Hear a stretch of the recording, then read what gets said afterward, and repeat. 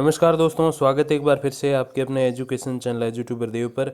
तो दोस्तों, इंदिरा प्रियदर्शनी पुरस्कार जिसके बारे में मैंने लगातार आपको अपडेट अवेलेबल कराई, अभी जल्द ही आपको उसमें पुरस्कार राशि वगैरह सब कुछ मिल भी जाएगा। दोस्तों, काफ़ी सारे क्वेश्चंस थे कि योजना के बारे में हमें थोड़ा विस्तारपूर्वक बताएं, या फिर अलग अलग क्वेश्चंस भी थे। हालांकि मेरा ये रूल रहा है कि मैं 100% कमेंट रिप्लाई करता हूँ, चाहे मैंने उसके लिए अलग से वीडियो बनाया नहीं बनाया कोई मैटर नहीं, लेकिन मैं सारे कमेंट्स रिप्लाई करता हूँ।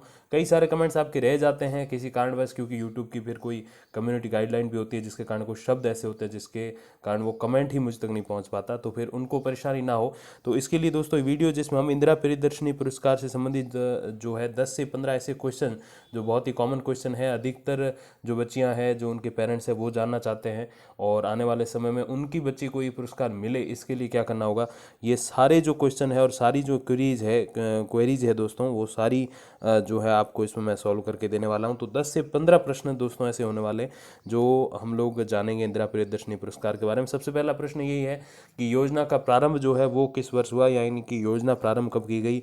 तो दोस्तों, ये योजना जो है वो 2010-11 में शुरू की गई थी और फिर इसका समय समय पे संशोधन भी हुआ। 2018-19 में भी एक संशोधन हुआ था, लगभग मार्च के आसपास हुआ था दोस्तों। तो ऐसे संशोधन होते रहते हैं, लेकिन मेनली योजना जो है 2010-11 में शुरू की गई थी। दूसरा आपका प्रश्न रहता है कि योजना का लाभ किसे मिलता है। तो दोस्तों, योजना का जो लाभ है उसके बारे में मैं कई बार आपको बता भी चुका हूँ अलग अलग वीडियोज़ में, इसमें भी थोड़ी बात कर लेते हैं। तो योजना का जो दोस्तों लाभ है वो 8वीं 10वीं और 12वीं बोर्ड की परीक्षा में जिला स्तर पर प्रथम स्थान प्राप्त करने वाली जो बच्चियां हैं दोस्तों उनको मिलता है। 8वीं बोर्ड, 10वीं बोर्ड और 12वीं बोर्ड जिला स्तर पे प्रथम, तो जितने ज़िले हैं अपने दोस्तों उन सब पे एक एक बच्ची 8वीं की, एक एक 10वीं की और एक एक 12वीं की। और इसके अलावा भी दोस्तों जो संस्कृत शिक्षा है, यानी कि संस्कृत एजुकेशन है, उसमें कक्षा 8 प्रवेशिका और वरिष्ठ उपाध्याय, यानी कि 10वीं 8वीं 10वीं 12वीं में जो संस्कृत शिक्षा में राज्य स्तर पर प्रथम स्थान करने वाली बच्चियां हैं, और उनको दोस्तों ये जो है पुरस्कार मिलता भी। पुरस्कार में क्या क्या है, स्कूटी और पैसे दोनों मिलते हैं या खाली राशि मिलती है, स्कूटी नहीं मिलती, तो वो दोनों में हम बात करेंगे। और अब इसमें दोस्तों जो 8 संवर्ग जो है, 8 अलग अलग कैटेगरीज उनको मिलता है। जनरल, अनुसूचित जाति, अनुसूचित जनजाति, अन्य पिछड़ा वर्ग, अति पिछड़ा वर्ग यानी कि ओबीसी, एसबीसी, एमबीसी कह दीजिए आप, अल्पसंख्यक, बीपीएल और निःशक्त वर्ग। तो ऐसे करके दोस्तों 8 वर्गों को इसका फायदा मिलता है। अब अगला दोस्तों प्रश्न ये है कि योजना से क्या लाभ प्राप्त किए जा सकते हैं। तो योजना में आपको क्या क्या मिलता है देखिए जरा। तो कक्षा 8वीं की जो बच्चियां हैं, जो चाहे माध्यमिक शिक्षा की हो या संस्कृत शिक्षा की हो, तो उनको जो है 40,000 रुपये मिलते हैं। फिर कक्षा 10वीं की जो बच्चियां हैं उनको जिले में प्रथम स्थान आने पर 75,000 रुपये मिलते हैं। और 12वीं की अपने जो बच्चियां हैं उनको दोस्तों मिलते हैं 1 लाख रुपये और स्कूटी। जी हाँ दोस्तों, दोनों चीज़ें मिलती हैं।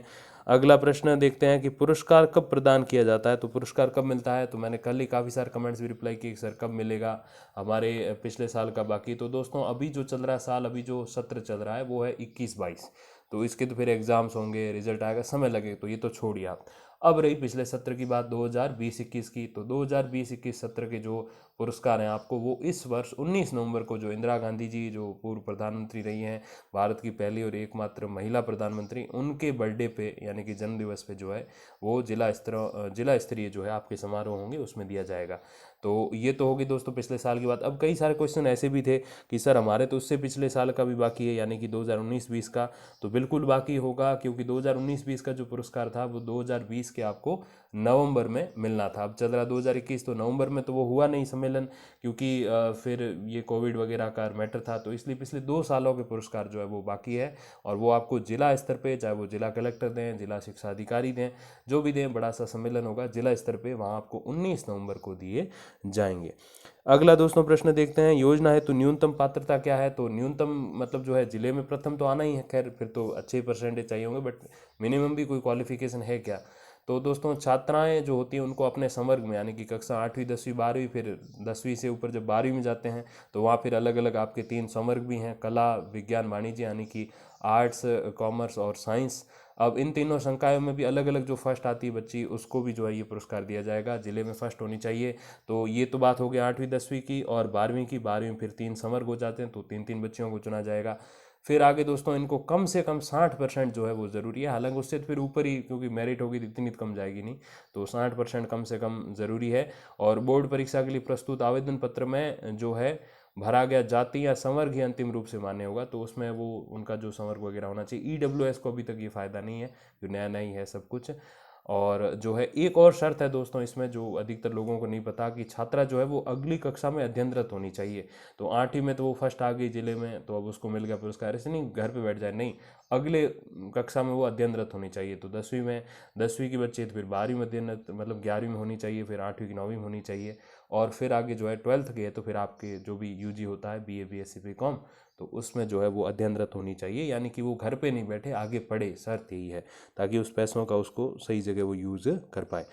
अब दोस्तों अगला प्रश्न है कि योजना का आवेदन पत्र कहाँ मिलेगा। तो योजना का आवेदन पत्र जो है आपको, जो आपका संबंधित विद्यालय स्कूल है जहाँ आप 8वीं 10वीं 12वीं आपकी बच्ची पढ़ रही है या फिर आप पढ़ रहे हो, तो वहीं आपको मिल जाएगा ये आवेदन पत्र। और वापस आपको जमा कहाँ करवाना, कई सारे ये भी पूछते हैं कि सर कहाँ जमा होगा।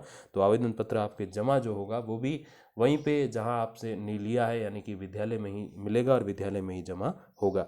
अगला क्वेश्चन है दोस्तों, कौन कौन से दस्तावेज जो है वो आवश्यक होते हैं। डॉक्यूमेंट्स, बहुत अच्छा क्वेश्चन है और बहुत सारी बार ये पूछा जाता है। तो योजना में जो आपको सबसे ज़रूरी जो दस्तावेज हैं वो ये हैं। सबसे पहले तो आप स्कूल में कांटेक्ट कर लें, लेकिन फिर मैं आपको बता लेता हूँ क्योंकि मोस्टली यही होने वाला है, एक आधा कोई फ़र्क रह जाएगा।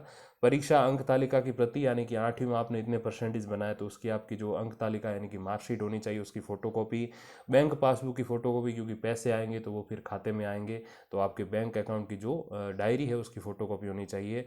नियमित अध्ययनरत का प्रमाण पत्र, यानी कि आप अगली कक्षा में पढ़ रहे हो, 8वीं का पुरस्कार ले रहे हो तो 9वीं में, 9वीं में, और 9वीं का 10वीं का ले रहे हो तो फिर 11वीं में, और अगर 12वीं का ले रहे हो तो फिर आप जो है first year BA BSc BCom में जो है पढ़ने का प्रमाण पत्र होता है वो होना चाहिए। और जाति या श्रेणी का प्रमाण पत्र, तो आप किस में हो, SC ST OBC SBC MBC किस में हो, तो वो आपके जो है जाति प्रमाण पत्र होना जरूरी है। यही सारी चीज़ें हैं। बाकी फ़ोटोज़ तो आप लगा ही लीजिए, क्योंकि फ़ोटोज़ में होने दोस्तों, तो बस उनको चीज़ों को रखिए। तो बस यही सारी ज़रूरी, बहुत ज़्यादा तो कुछ नहीं चाहिए। अगला क्वेश्चन है आपके कि स्वयं पाठी बालिका को ये पुरस्कार मिल सकता है क्या। तो स्वयं पाठी बालिका यानी कि जो प्राइवेट पढ़ रही है घर बैठ के, या कोचिंग वगैरह कर रही है, या फिर जो रेगुलर स्कूल नहीं जा रही, कहने का मतलब, तो उसको भी ये पुरस्कार जो है उस वर्ष तो नहीं मिलेगा, लेकिन ये पुरस्कार बालिका के अगले वर्ष जब वो नियमित प्रवेश ले लेगी, 8वीं प्राइवेट करके 9वीं प्रवेश से रेगुलर ले लेगी, 10वीं प्राइवेट करके 11वीं में ले लेगी, या 12वीं प्राइवेट करके ये पुरस्कार लेके वो जब अगले साल प्रवेश लेगी रेगुलर, तब उसको पैसे दिए जाएंगे। तो ये पैसे इसलिए नहीं दिए जा रहे वो खर्च कर दें, ये इसलिए दिए जा रहे ताकि आगे उसकी शिक्षा जो है वो बहुत बढ़िया तरीके से हो पाए। अगला क्वेश्चन दोस्तों, 10वां क्वेश्चन की योजना व्यय में अंशदान क्या है। तो दोस्तों अंशदान पूरा राज्य सरकार का है, केंद्र का इसमें कोई योगदान नहीं है। पूरा 100% जो पैसा है वो राज्य के खाते से ही आता है।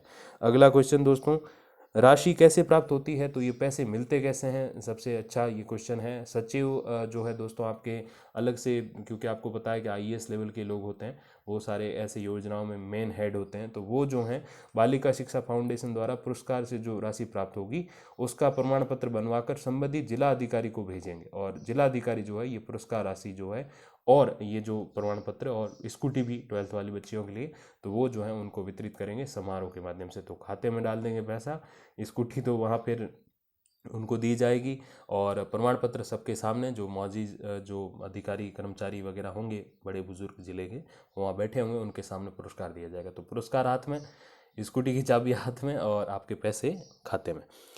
अब निजी विद्यालयों में पढ़ने वाली बच्चियों को इसका लाभ प्राप्त होता है क्या, तो बहुत अच्छा क्वेश्चन है ये भी। तो बिल्कुल हाँ, राजकीय विद्यालय हो, आपके सरकारी स्कूल हो, या निजी यानी कि प्राइवेट स्कूल हो, दोनों में जो पढ़ने वाली बच्चियां हैं उनको जो है इसका पुरस्कार का फ़ायदा मिलता है। बट उसकी शर्त एक ही है कि जो वो सरकारी स्कूल है तब तक तो ठीक है, वो राज्य सरकार से अनुमति प्राप्त है, माध्यमिक शिक्षा बोर्ड से। और अगर प्राइवेट है तो वो भी CBSE मान्यता वाली नहीं होनी चाहिए, RBSE मान्यता वाली होनी चाहिए। तो बस यही छोटी शर्त है, और प्राइवेट वाली बच्चियाँ भी इसमें शामिल है। अगला दोस्तों क्वेश्चन की पूरक परीक्षा परिणाम शामिल है क्या। तो पूरक परीक्षा के परिणाम को इसमें शामिल नहीं किया जाता है, यानी किसी के अच्छे खासे परसेंट बन रहे हैं और कुछ एक आधा नंबर रह रहा है और वो पूरक परीक्षा दे के वापस ऐसा करना चाहे तो नहीं, वो पूरक परीक्षा के रिजल्ट को इसमें शामिल नहीं करते। छोटा सा क्वेश्चन है बट मैंने का इंक्लूड कर लेते हैं। अब अगला क्वेश्चन, कक्षा 12वीं की छात्राओं को स्कूटी मिलेगी या फिर 1 लाख रुपए मिलेंगे। तो दोस्तों दोनों चीज़ें मिलती हैं, बिल्कुल दोनों चीज़ें, 1 लाख रुपए भी मिलते हैं और स्कूटी मिलती है। 8वीं 10वीं जो बच्चे हैं उनको खाली पैसे मिलेंगे और कुछ नहीं, और खाली खाली प्रमाण पत्र मिलता है। 12वीं की जो बच्चियाँ उनको पैसे मिलेंगे 1 लाख रुपए, प्रमाण पत्र भी मिलेगा जिला स्तर पे, और उनको स्कूटी भी मिलेगी। स्कूटी की कीमत 50 से 60 हज़ार के रूप में 58-59 हज़ार रुपये होती है, क्योंकि सरकार ले रही, तो फिर हम आम आदमी लेने जाएंगे थोड़ी महंगी मिलेगी। तो ऐसे करके दोस्तों तकरीबन लाख 1.5 लाख रुपए की उनको चीज़ें मिल जाती हैं। अब एक लास्ट क्वेश्चन भी है कि पुरस्कार का वितरण जिला स्तर पे होता है या राज्य स्तर पे? तो बिल्कुल जिला स्तर पे होता है। जिला कलेक्टर या फिर आपके जो जिला शिक्षा अधिकारी या उनके द्वारा नियुक्त कोई भी व्यक्तित्व, तो उनके द्वारा ये पुरस्कार दिया जाता है। क्योंकि कम ही बच्चियाँ होती हैं, फिर 8, 10 ही 12 ऐसी होती हैं, तो उनके द्वारा ये पुरस्कार दिया जाता है। बाकी कोई भी आपका इसके अलावा भी कोई क्वेश्चन है तो बिल्कुल। और एक क्वेश्चन जो मोस्टली पूछा जाता है कि सर हेल्पलाइन चाहिए, हमें जो है वो संपर्क करना है, कुछ चीज़ें पूछनी है, तो बिल्कुल हेल्पलाइन जो है आपके जो जिला शिक्षा अधिकारी हैं, जिस जिले से आप संबंध रखते हैं, उनकी जो हेल्पलाइन है वही हेल्पलाइन आपको इसमें काम आएगी। हालांकि राज्य स्तर पे अलग से भी होती है, योजना की अलग अलग हेल्पलाइंस होती हैं, तो वहाँ आप बात कर सकते हैं, लेकिन यहाँ मेनली जिला स्तर की आप यूज़ कर सकते हैं, जिसमें आपको सारी चीज़ें जानकारी मिल जाएगी। मोस्टली तो इस क्वेश्चन में आपका सब कुछ कवर हो गया, लेकिन एक आधी की कोई चीज़ रह जाए तो बिल्कुल आप वहाँ पूछ सकते हैं। बाकी कोई भी आपको बात करनी हो तो बिल्कुल कमेंट बॉक्स खुला है, कमेंट ज़रूर कीजिएगा। बाकी दोस्तों कोई भी इस बारे में ऑथेंटिक जानकारी आएगी, जैसे मैंने डेट वगैरह सब बता दिया आपको, कब पुरस्कार आएंगे, क्या कहानी है, कोई भी जानकारी आएगी तो मैं आप तक पहुँचा दूंगा वीडियोज़ और कम्युनिटी पोस्ट के माध्यम से। तब तक के लिए दोस्तों धन्यवाद, नमस्कार।